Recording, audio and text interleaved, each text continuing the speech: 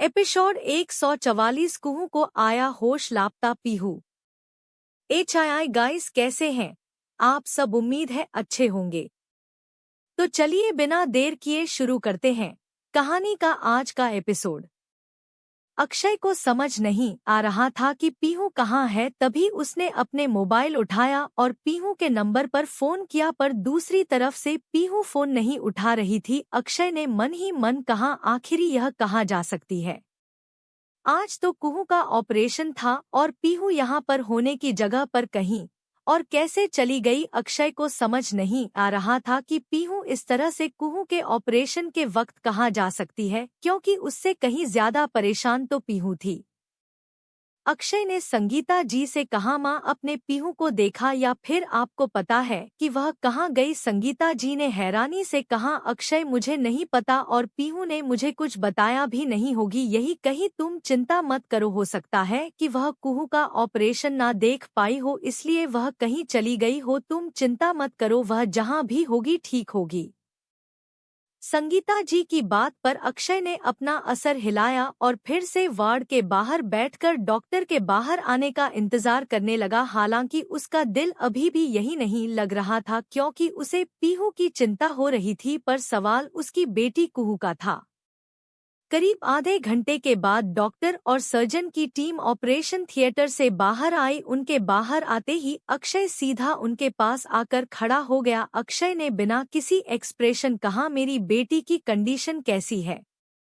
अक्षय की बात सुनकर डॉक्टर ने मुस्कुराते हुए अपना मास्क निकालकर अक्षय से हाथ में डालते हुए कहा, मिस्टर मल्होत्रा, आपकी बेटी कंडीशन बिल्कुल ठीक है। हमें वक्त पर ब्लड मिल गया था, जिस वजह से हमने उनकी जान बचा ली और कल सुबह तक उन्हें होश आ जाएगा। आप चिंता मत कीजिए, उनकी रिकवरी भी ठीक से हो जाएगी। अब बस कुछ दिनों तक उनका ध्यान रखने की जरूरत है, उसके बाद आपकी बेटी बिल्कुल नॉर्मल बच्चों की तरह हेल्दी हो जाएगी।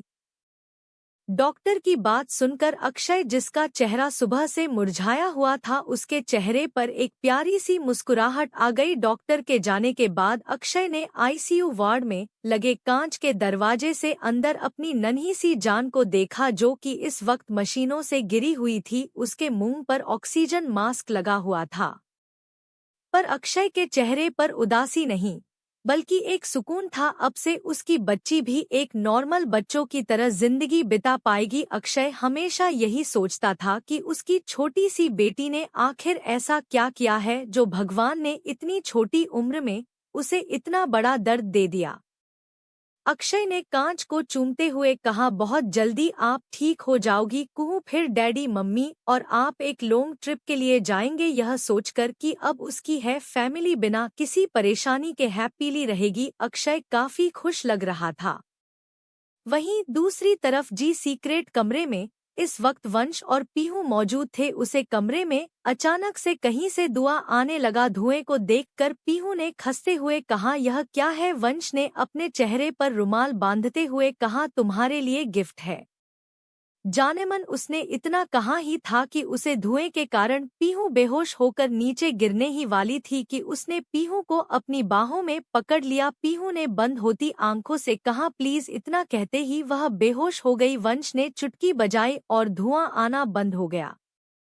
वंश ने अपने चेहरे की रुमाल को निकलते हुए कहा, क्या करूं ब्यूटीफुल, तुम सीधे सीधे आने के लिए मानती तो नहीं, इसलिए मुझे यह करना ही पड़ा। इतना कहकर उसने मुस्कुराते हुए पीहू को गोद में पकड़ा और डॉक्टर के केबिन से बने दूसरी तरफ के एरिया में चला गया, जहां से एक सीक्रेट लिफ्ट सीधा बेसमेंट में जाती थी। पीहू इस वक्त उसकी गोद में थी और वंश के चेहरे पर एक जहरीली मुस्कुराहट।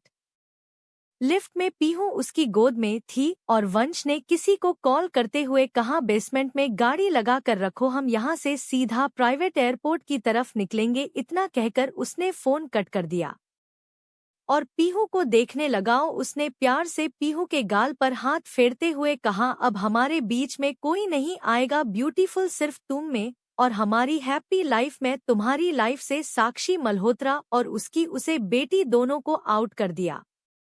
कुछ ही देर में वंश लिफ्ट से बेसमेंट में पहुंच गया। जैसे ही वह लिफ्ट से बाहर निकाला, उसका ध्यान एक आदमी की तरफ गया जिसे येलो कलर की क्या पहनी हुई थी।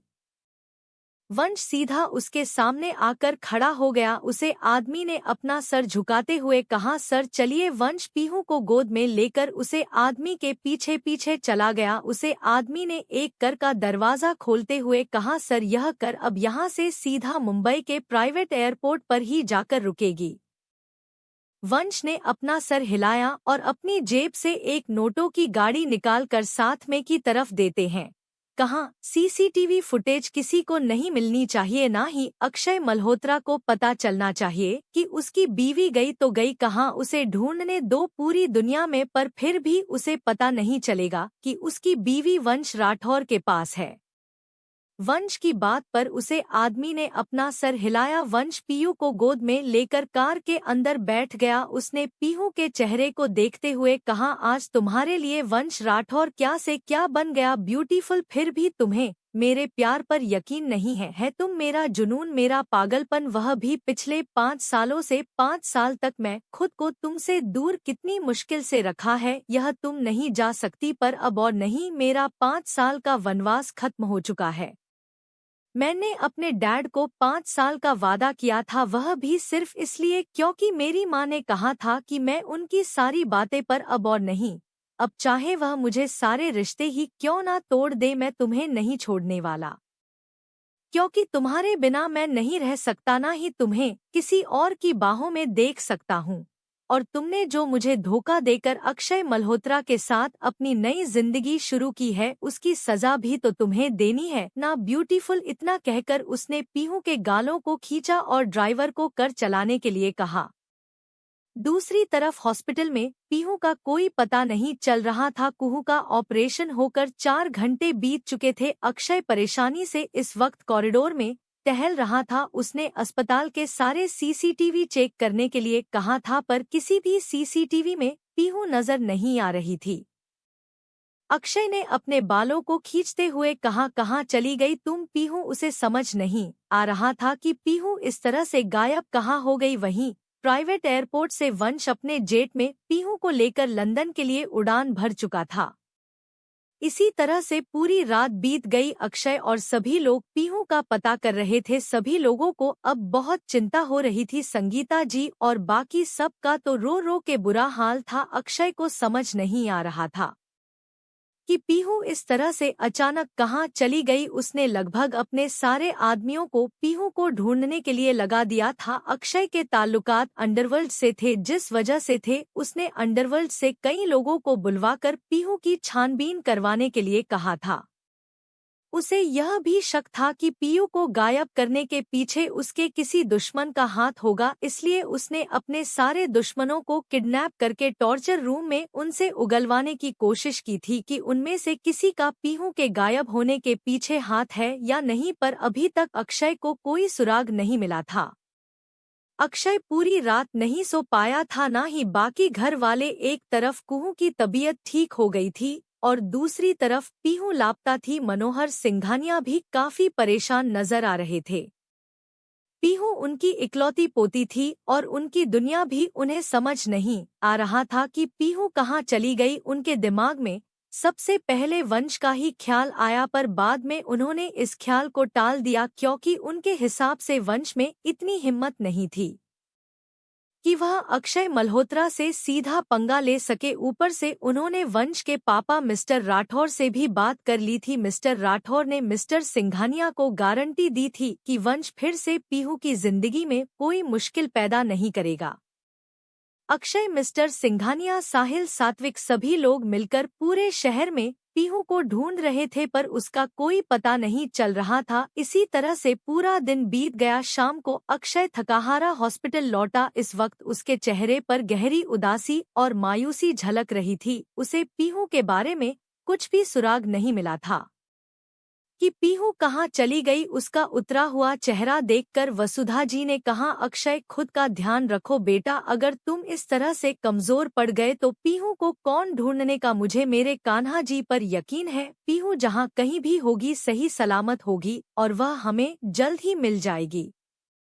वसुधा जी की बात सुनकर अक्षय ने कुछ नहीं कहा। अक्षय को समझ नहीं आ रहा था कि उसकी जिंदगी में आखिर हो क्या रहा है। पहले उसकी जान से प्यारी बेटी की जान पर बन आई और अब उसकी बीवी का पता नहीं चल रहा था। अक्षय अभी यह सब सो रहा था कि तभी एक नर्स दौड़ती हुई कुहू के वार्ड से बाहर निकली। नर्स को इस तरह से कुहू के वार्ड से दौड़ता हुआ आता देखकर अक्षय और बाकी सब जल्दी से उसकी तरफ देखने लगे। नर्स उनके पास आकर हंफाने लगी। उसने हंफाते हुए कहा, कुहू को होश आ गया है।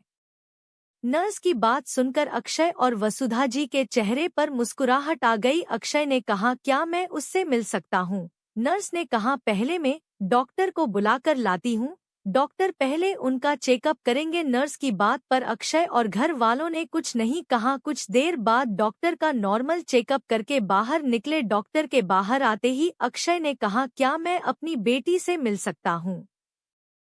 अक्षय की बात पर डॉक्टर ने कहा, जी मिस्टर मल्होत्रा, आप उनसे मिल सकते हैं। बस आप उनसे ज्यादा बातें मत कीजिएगा क्योंकि अभी वह कमजोर है, ऊपर से वह काफी छोटी भी है। और जितना हो सके उन्हें खुश रखने की कोशिश कीजिए और हो सके तो आप एक एक करके मिलिए क्योंकि ज्यादा लोगों का एक साथ उनसे मिलना ठीक नहीं है। इतना कहकर डॉक्टर वहां से चले गए। करके जाते ही अक्षय ने धीरे से दरवाजा खोला और अपना कम अंदर रखा। अंदर अपनी छोटी सी बेटी को मशीनों से गिरा देखकर अक्षय के दिल में दर्द हो रहा था, पर इस वक्त उसे खुशी थी कि उसकी बेटी को होश आ गया है। अक्षय धीमी कदमों से चलता हुआ कुहू के बेड के पास आ गया। इस वक्त नन्ही सी कुहू ने अपनी आंखें बंद की हुई थी। अक्षय ने धीरे से कहा, कुहू। अक्षय की आवाज सुनकर उन्होंने अपनी आंखें खोली। कुहू को आंखें खोलता देखकर अक्षय ने प्यार से और धीरे से उसके माथे को चुनते हुए कहा, कैसी हो बेबी आप?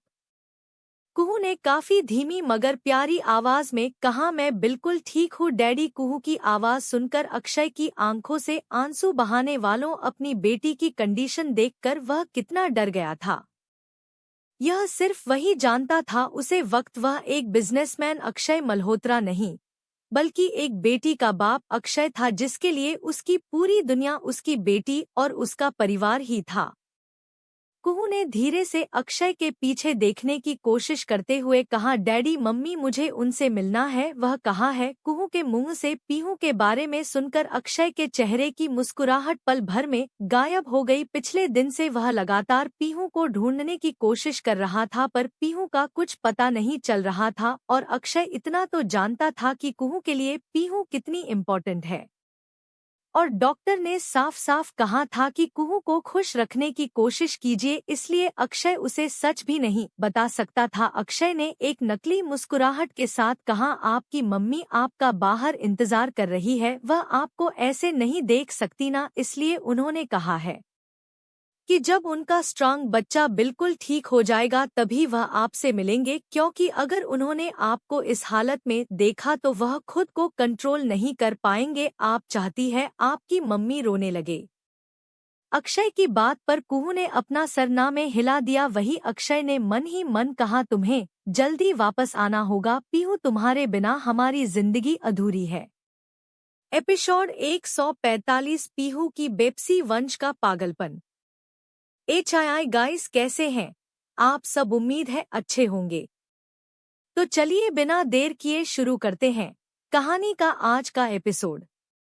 वहीं दूसरी तरफ लंदन में पीहू ने धीरे से अपनी आंखें खोली। आंख खोलते ही उसके सामने एक बड़ा सा आलीशान कमरा था। इस वक्त वह बेड पर लेटी हुई थी। उसने चारों तरफ नजरें घूम कर देखा तो पूरे कमरे में उसकी तस्वीर लगी हुई थी।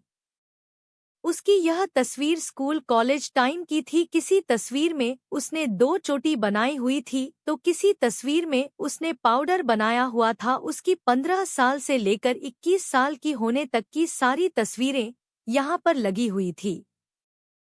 कुछ देर तो उसे यह सोचने में ही लगा कि उसकी यह सारी तस्वीर किसने लगाई है, पर तभी उसे याद आया कि अस्पताल के उसे सेक्रेट रूम में वह बेहोश हो गई थी। उसके बाद अब जाकर उसे होश आया। यह याद करते ही कि उसे वक्त वह वंश के साथ थी, उसकी बॉडी कांपने लगी। उसने काफी आवाज में कहा, वंश? उसने इतना कहा ही था। कि कमरे का दरवाजा खुला और अपने हाथ में खाने की प्लेट लेकर वंश अंदर आया। पीहू के मुंह से अपना नाम सुनकर उसने मुस्कुराते हुए कहा, गुड मॉर्निंग ब्यूटीफुल। वंश की आवाज सुनकर पीहू ने वंश की तरफ देखा। इस वक्त उसने घर के एक नॉर्मल कपड़े पहने हुए थे। पीहू ने गुस्से से बेड से खड़े होते हुए कहा, कि तुम मुझे कहाँ लेकर आ गए हो। पीहू के मुंह से क सुनकर वंश के चेहरे पर गुस्सा नजर आने लगा। उसने खुद के गुस्से को कंट्रोल करते हुए कहा, ब्यूटीफुल, जबान संभाल कर बात करो, क्योंकि मुझे मुझसे बदतमीजी करने वाले लोग बिल्कुल पसंद नहीं। अगर तुम्हारी जगह पर कोई और होता तो अब तक उसकी लाश मेरे सामने पड़ी हुई होती, पर मैं तुम्हारे साथ ऐसा नहीं कर सकता ना। तुम तो मेरी जान हो, मेरी जानेमन हो, पर फिर भी वार्निंग तो दे ही सकता हूँ, इसलिए अगली बार से अपनी जुबान संभाल के। वंश की बात सुनकर पीहू गुस्से से आगे बढ़ी। उसने वंश की कॉलर को पकड़ते हुए कहा, भाड़ में गई है तुम्हारी धमकी और तुम्हारी इज्जत। पहले मुझे बताओ, तुम मुझे कहाँ लेकर आए हो। मुझे अपने अक्षु, अपनी बेटी के पास जाना है। पीहू की बात सुनकर और उसका हाथ अपने कॉलर पर देखकर वंश ने अजीब तरह से उसे घूरते हुए कहा, मैं लास्ट टाइम कह रहा हूँ ब्यूटीफुल, मुझे गुस्सा मत दिलाओ, क्योंकि मैं गुस्से में क्या कर जाता हूँ यह मुझे खुद पता नहीं चलता, और मैं तुम्हें डरना नहीं चाहता। तुम तो मेरी रानी हो, मेरी क्वीन। मैं तो तुम्हें संभाल कर प्यार से रखना चाहता हूँ, पर तुम मुझे अगर मजबूर करोगी तो तुम्हारे साथ में कुछ भी कर सकता हूँ।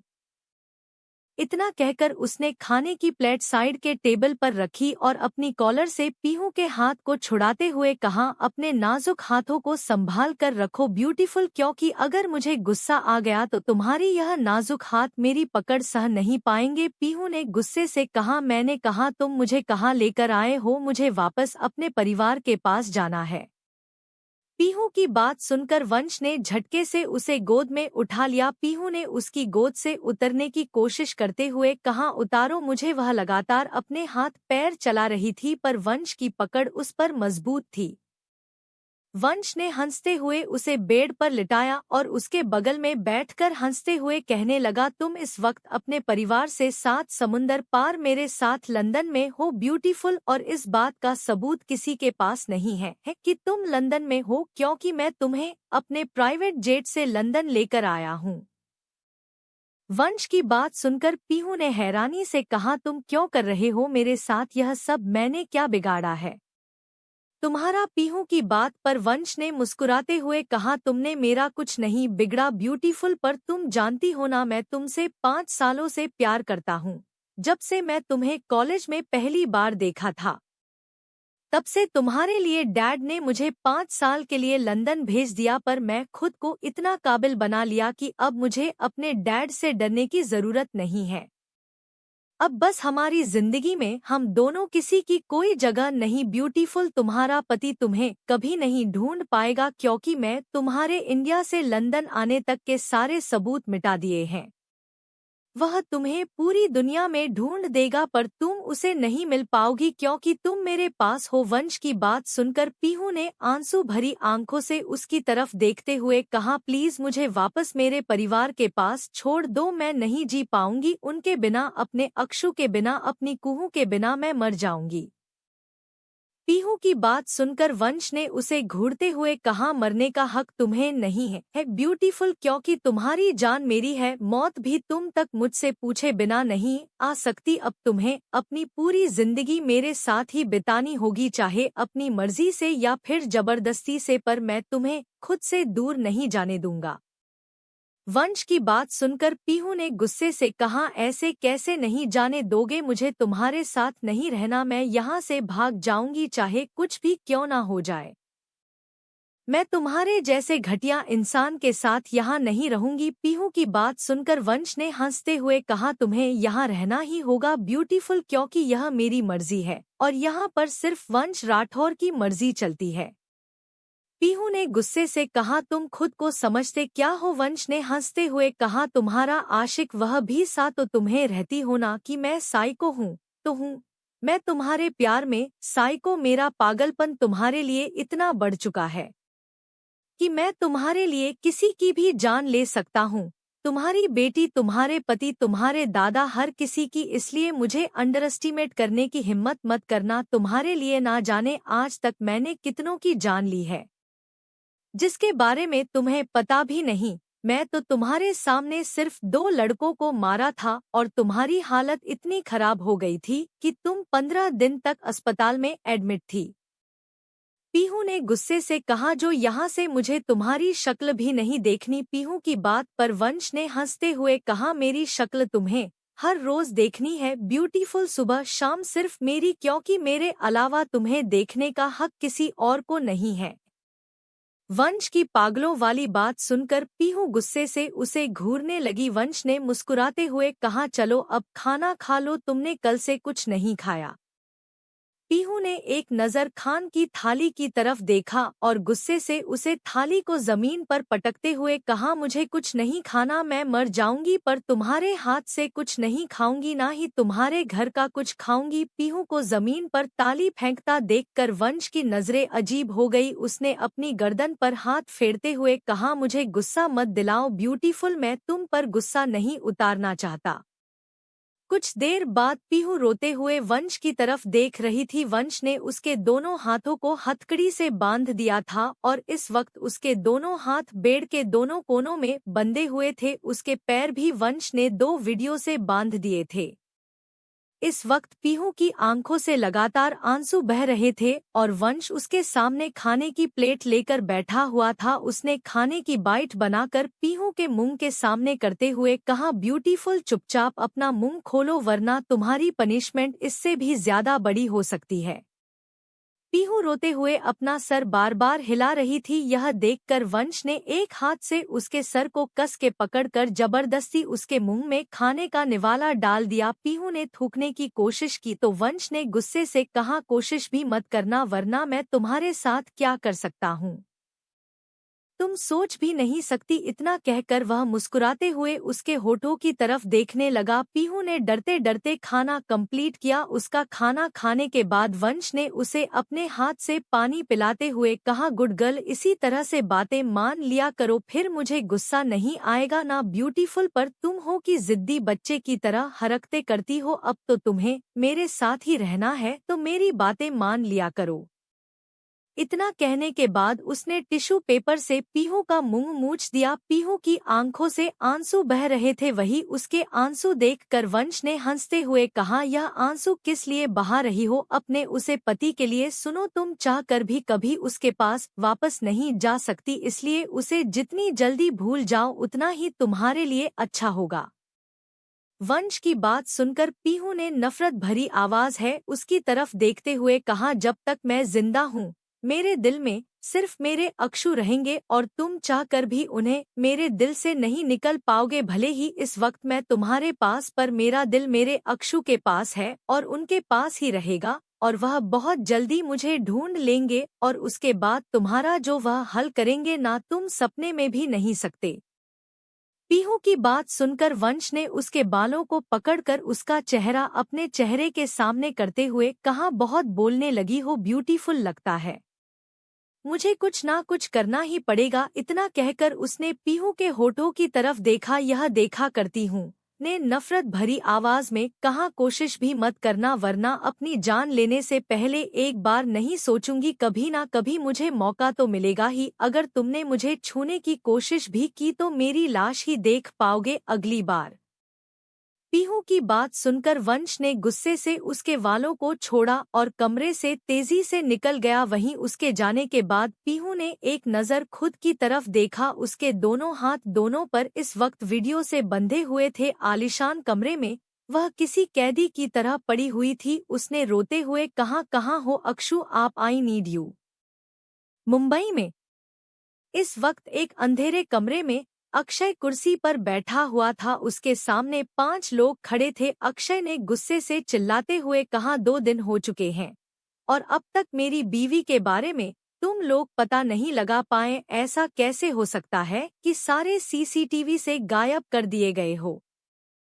अक्षय की बात पर उनमें से एक आदमी ने कहा, सर, अगर सीसीटीवी फुटेज डिलीट कर दी जाती तो हम रिकवर भी कर सकते थे, पर जितनी सीसीटीवी पुरानी थी सारी बदल दी गई है। किसी की यह बहुत ज्यादा गहरी सोची समझी प्लानिंग है सर, और अभी तक हमने आपके सारे दुश्मनों से पूछताछ कर ली, यह काम उनमें से किसी का भी नहीं है। उसकी बात सुनकर अक्षय के चेहरे पर गुस्सा नजर आने लगा। उसने चिल्लाते हुए कहा, अभी के अभी निकलो यहाँ से, वरना मैं किसी न किसी की जान ले लूंगा। अक्षय की बात सुनकर सभी वहां से 9-2-11 हो गए। उनके जाते ही अक्षय ने अपने दिल पर हाथ रखा। उसने अपनी आंखें बंद की तो उसके सामने पीहू का खूबसूरत चेहरा आ गया।